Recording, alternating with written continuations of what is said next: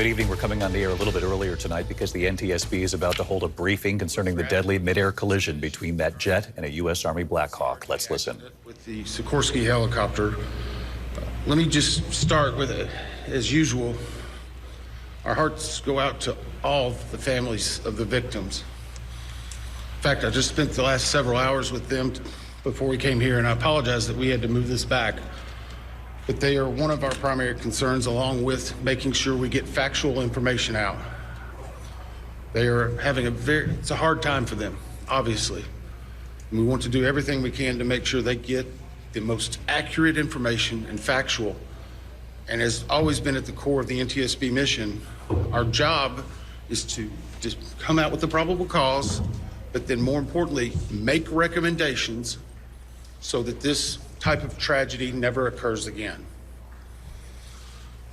So today, I know yesterday you saw the chairman, myself, and all the board members here.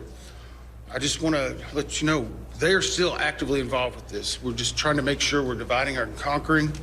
The chairman and I have had multiple conversations today. She's helped out a lot in making sure we're getting the investigative needs we have. And she's at the command post right now working with some of our people. I'd like to start by just thanking the first responders. When this first happened, a unified command was set up, and we had a lot of important people that came and worked with us.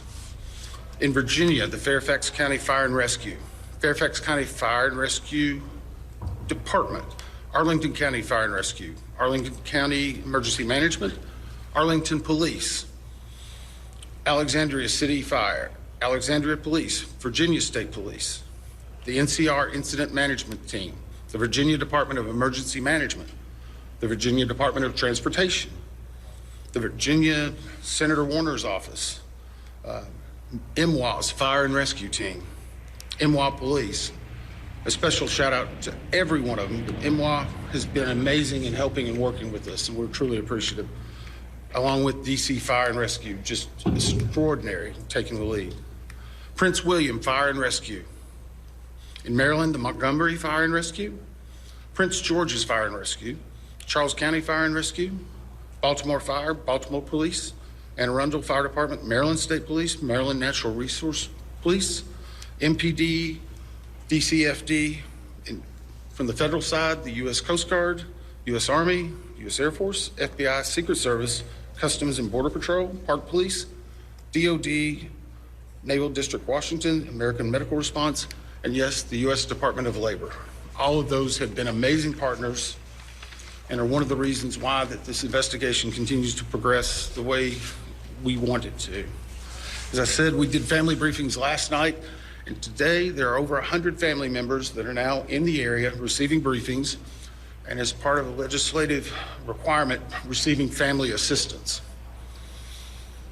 They have been briefed by the medical examiner, the fire chief, NTSB chairman, and myself, along with the family assistant unit from PSA Airlines. In regard to NTSB staff, all staff are now on scene that have been requested, and I want to point out one specific staff member because we're doing a joint NTSB and DOD investigation. The NTSB actually has a Black Hawk certified pilot on staff, on our personal staff, based out of Alaska. Once we realized the dynamics and the intricacies of the Black Hawk, we have brought that member in. They are on scene now, providing direct technical assistance to the NTSB. That does not mean that the DOD is not working and helping with us, but in order to maintain our independence, we have our own Black Hawk certified pilot in the working group for helicopters. Regarding salvage at this point, the Navy Supervisor of Salvage is conducting salvage operations at the current time. Barges are en route from Virginia Beach, and we anticipate them to be on scene early tomorrow morning. After their arrival, they will be secured and located, and then significant salvage operations will continue. They are ongoing right now, but this will be the main lifting.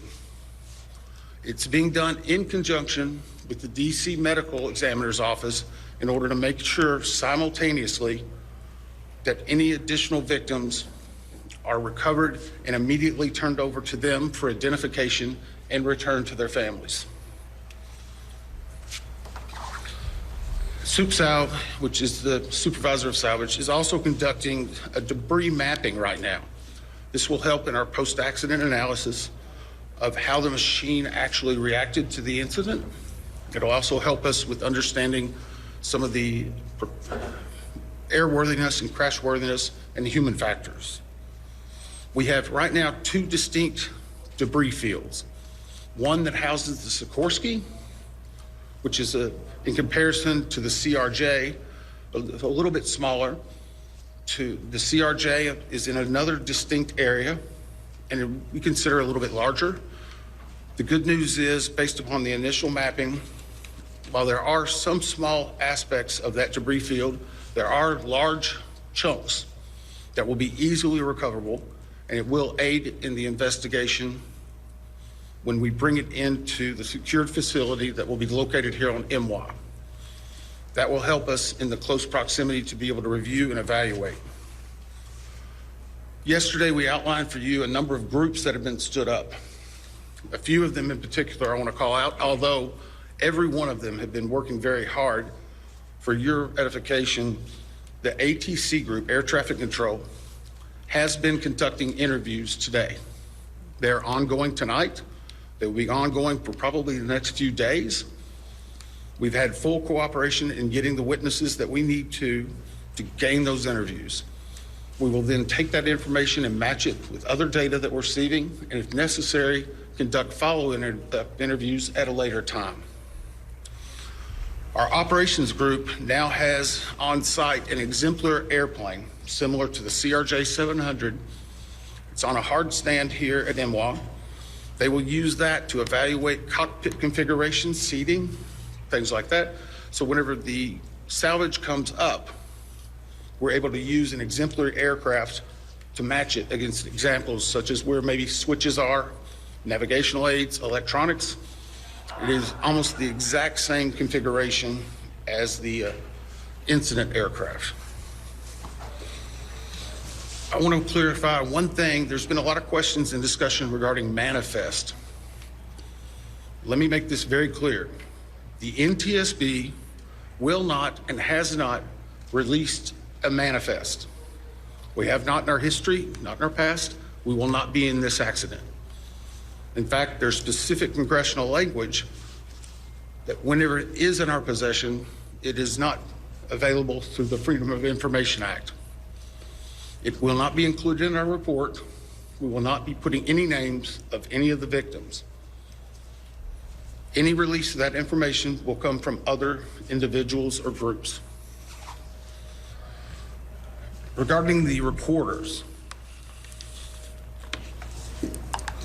as many of you saw last night, we recovered from the CRJ 2 separate recorders.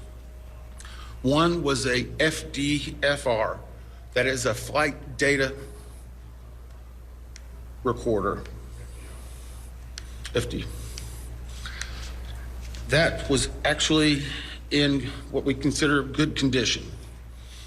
As part of that process, it was soaked in alcohol overnight.